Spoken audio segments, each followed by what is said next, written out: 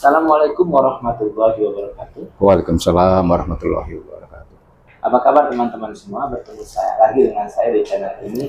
Kali ini saya akan berbincang dengan seorang praktisi hukum senior dan juga merupakan salah satu tim advokasi di Partai Umat. Namanya Bapak Juju Purwantoro. Apa kabar Pak Juju? Alhamdulillah, Arman. Alhamdulillah, Kali baik. ini kita akan berbincang tentang sebuah isu yang sedang sangat menarik perhatian umat Islam dan juga menimbulkan kemarahan umat Islam, karena dalam acara Rakernas APPSI di Semarang Selasa kemarin yang dibuka oleh Menteri Perdagangan sekaligus Ketua Umum PAN, yaitu Bapak Zulkifli Hasan, beliau mengeluarkan statement yang membuat umat Islam menganggap dia melakukan penistaan terhadap agama Islam, karena dia mengatakan bahwa sekarang setiap kali orang membaca Al-Fatihah ketika sholat maghrib misalnya tidak lagi mau membaca, ada yang tidak mau mengucapkan amin, gitu ya Pak ya? Itu kira-kira begitu. Dan juga dia mengatakan bahwa ketika tahiyat akhir yang biasanya mengajukan satu jari, sekarang ada yang melakukannya dua jari, dan ini yang dianggap sebagai suatu kebenaran. Makanya sekarang saya ngobrol dengan beliau ini, seorang praktisi hukum senior, untuk mengetahui apakah memang tindakan dari Pak Zulkifli Hasan itu adalah sebuah bentuk penistaan. Karena kita tahu beliau juga kan termasuk tim suksesnya Pak Prabowo Subianto dan Gibran, pasangan capres nomor 2. Dan kayaknya kalau kita lihat dari cara dia bicara, sebetulnya bentuknya kelakar. Nah, Pak Cucu, menurut Bapak gimana Pak? Apakah apa yang dilakukan oleh Pak Zulkifli Hasan itu masuk kategori penistaan agama? Iya. Assalamualaikum warahmatullahi wabarakatuh. Terima kasih rekan Rohman atas kesempatan waktunya. Jadi kita bincang-bincang isu yang sedang hangat 2-3 hari ini. Kenapa kita katakan hangat dan cukup mengguncangkan terutama pada kaum muslim ya, umat muslim begitu. Karena tadi seperti disinggung ada bahwa 3 hari yang lalu ya, kira-kira tanggal 19 ya Desember yang lalu itu dilakukan oleh beliau, itu diutarakan di Kota Semarang di depan para pedagang ya, lengkapnya resminya itu Asosiasi Pedagang Pasar Seluruh Indonesia atau singkatnya APPSI di Semarang begitu. Nah, dalam sambutannya walaupun katanya bercanda begitu kira-kira, tapi beliau melontarkan kata-kata yang sungguh sangat tidak relevan dan tidak patut, tidak pantas seharusnya diucapkan seorang tokoh nasional seperti Zulkifli Hasan itu, yang kebetulan juga beliau adalah pejabat menteri, yaitu Menteri Perdagangan RI kita ya di era Jokowi ini. Nah, kenapa tadi seperti singgung bahwa sambil guyon begitu, sambil berkelakar begitu mengatakan bahwa sekarang ini kalau kita sholat kan sampai-sampai jemaah itu sebagian ya di suatu lokasi tertentu dia tidak sebutkan begitu, itu sampai-sampai tidak mau kita kalau sholat itu kan ada apa ada tayat pertengahan dan tayat terakhir itu kan menunjukkan dengan jari tunjuk, yaitu ya merupakan suatu memang itu suatu suatu tata cara yang diwajibkan dalam rukun sholat tentunya dalam agama Islam, dan itu merupakan suatu kewajiban. Jadi karena itu suatu rukun atau kewajiban dan oleh umat Islam, sholat itu bukan merupakan suatu ibadah yang tidak main-main ya, karena itu langsung datang dari mujizat Rasulullah ya, Nabi Muhammad, dari Allah langsung begitu ya. Jadi tata cara atau rukun itu memang sudah diatur sedemikian rupa. Jadi kalau seperti tadi seorang Zulkifli Hasan mengatakan bahwa sekarang ini umat yang sholat itu Pak ya, sebagian tidak harus menunjukkan satu jari seperti ini, tetapi dua jari, soalnya kesannya karena mereka cinta atau mereka suka memilih katakanlah calon presiden salah satu presiden Prabowo Subianto, sehingga menunjukkan dengan dua jari seperti itu. Ini kan tendensius sekali Pak. Tendensius dan apa namanya ya, sangat tidak patut ya, sangat tidak pantas ya, dan jelas-jelas ada unsur melecehkan sebetulnya, melecehkan, menghina agama Islam sendiri, yang dimana agama itu dianut oleh seorang Zulkifli Hasan sebetulnya, kan begitu Pak, kira-kira begitu Pak. Iya. Pak, lagi pula sebetulnya kalau amin kan tulisannya AMIN. Iya. Kalau dalam agama kita Islam sebetulnya kan yang dikabulkan tuh A. Iya. Beda itu. Iya. Lafaz dalam bacaan suatu apa katakanlah membaca tajwid deh, begitu istilahnya Pak, dalam Al-Quran itu ada aturan-aturannya.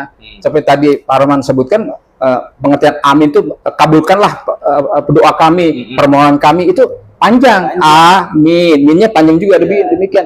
Tidak serta-merta seorang Zulkifli menyamakan, yaitu dianggap amin. Padahal amin ini maksud singkat dari Anies Muhaimin itulah AMIN, amin biasa. Lalu kenapa dikait-kaitkan? Tidak ada hubungannya. Nah, Pak Roman. Dengan dia mengkait-kaitkan sebetulnya nggak ada kaitannya ya dengan Islam, sebetulnya menurut Bapak, dia kan Islam nih. Betul. Pemahamannya tentang Islam, terutama tentang soal seperti apa? Betul. Ya, saya tidak bisa menilai pribadi atau level ibadah seseorang, tentunya saya tidak punya hak menilai itu. Tapi paling tidak, saya juga kebetulan kenal beliau juga udah agak lama Pak ya. Mungkin udah lebih 15 tahun saya kenal beliau. Jadi setahu saya dari lahir, beliau Islam, itu yang setahu saya. Apalagi memimpin suatu partai yang katanya berajaskan Islam, berbasis Islam, mayoritas konstituennya adalah juga Islam. Maksud sih mengatakan atau mengutarakan hal yang bertentangan dengan prinsip-prinsip ajas agama Islam seperti itu Pak. Nah, kalau memang ini bisa dikenakan pidana misalnya, tadi Bapak bilang ini masuk penistaan, itu kena pasal berapa dan hukumannya berapa? Ya, potensi sebetulnya apa yang diutarakan itu, ini apa namanya, bisa dipidanakan ya, dalam arti seperti itu.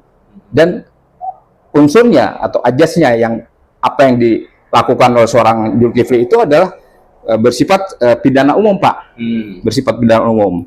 Jadi sebetulnya tanpa memerlukan suatu laporan yang khusus ya pada pihak yang dirugikan, karena ini adalah tidak sifatnya pidana umum, jadi negara bisa bertindak. Polisi bisa. Dalam hari ini negara adalah diwakili oleh pihak kepolisian. Tentu kepolisian harusnya bisa bertindak. Itu yang harapan kita. Jadi polisian bisa berinisiatif memanggil Zulkifli Hasan untuk menanyakan dan untuk memeriksa tentang apa yang diutarakan atau diucapkan itu Pak. Jadi misalnya saya kutip ya di pasal 156A KUHP Pak ya, kita undang-undang pidana yang masih berlaku ini. Di situ dikatakan bahwa dipidana dengan pidana penjara selama-lamanya 5 tahun Pak. Lumayan nih Pak. 5 tahun. Barang siapa dengan sengaja di muka umum mengeluarkan perasaan atau melakukan perbuatan yang pada pokoknya bersifat permusuhan, penyalahgunaan atau penodaan terhadap suatu agama yang dianut di Indonesia. Nah, yang tadi kita sebutkan, kita mayoritas adalah beragama Islam, yang jelas-jelas juga yang bersangkutan mencontohkan, mensimbolkan sesuatu dengan seorang sholat, yaitu kepada agama Islam. Itu bisa dipidana loh Pak, sampai 5 tahun. Dan saya pikir polisi atau pihak penyidik nggak usah menunggu laporan dari masyarakat Pak. Harus diambil inisiatif saja untuk memanggil yang bersangkutan tanpa memandang jabatannya, tanpa juga melihat bahwa sekarang ini yang bersangkutan adalah bagian dari rezim. Jangan lagi Pak, biasanya Pak, pengalaman saya juga Pak sebagai advokat selama ini, kalau hal-hal itu atau menyangkut kesalahan ya yang indikasi pidana yang katakanlah menyangkut kepada pihak-pihak atau tokoh-tokoh atau ulama sekalipun yang dekat kepada oposisi, katakanlah begitu Pak, itu rejim atau katakanlah pihak penyidik cepat sekali Pak memanggil, memeriksa, malah menahan. Banyak sekali Pak contoh-contoh, termasuk Habib Rizik kita, ulama besar kita juga termasuk kena Pak, ya kan? Dan aktivis dan ulama-ulama muslim kemudian ya sampai Edi Mulyadi misalnya yang terakhir juga seperti itu. Jadi rejim ini sangat tajam Pak kalau sama golongan yang dianggap oposisi begitu. Nah ini sekarang dites. Ini bukan tes sebagai negara hukum, penyidik juga dites bagaimana menghadapi kasus seperti ini yang kebetulan menimpa seorang pejabat negara yang saat ini sedang menjabat, yaitu seorang menteri juga Pak ya, Menteri Perdagangan. Kira-kira seperti itu. harapan Bapak nih kan kalau kita lihat dari apa yang dia katakan ini kayaknya ada bungkusan politik. Ya. Nah, harapan Bapak nih dalam rangka pemilu ini agar tidak terjadi hal-hal yang menyakitkan gitu ya, terjadi mungkin black campaign ya, atau hal-hal yang sebenarnya nggak terulang lagi. Apa yang harus dilakukan oleh seorang pejabat publik terutama yang terlibat dalam tim sukses agar bisa menciptakan pemilu yang damai, tenang, aman dan tanpa ada keributan?